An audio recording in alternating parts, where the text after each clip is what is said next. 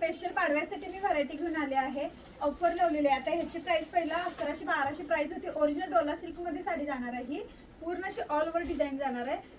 साडीला गोंडे पण येणार आहेत आणि ब्लाऊज पीस प्रत्येक साडीचा फॅन्सी आहे बघायचं ब्लाऊज पीस. आणि साडी बघू शकता किती सॉफ्ट आणि किती अंगाबरोबर किती सुंदर बसला.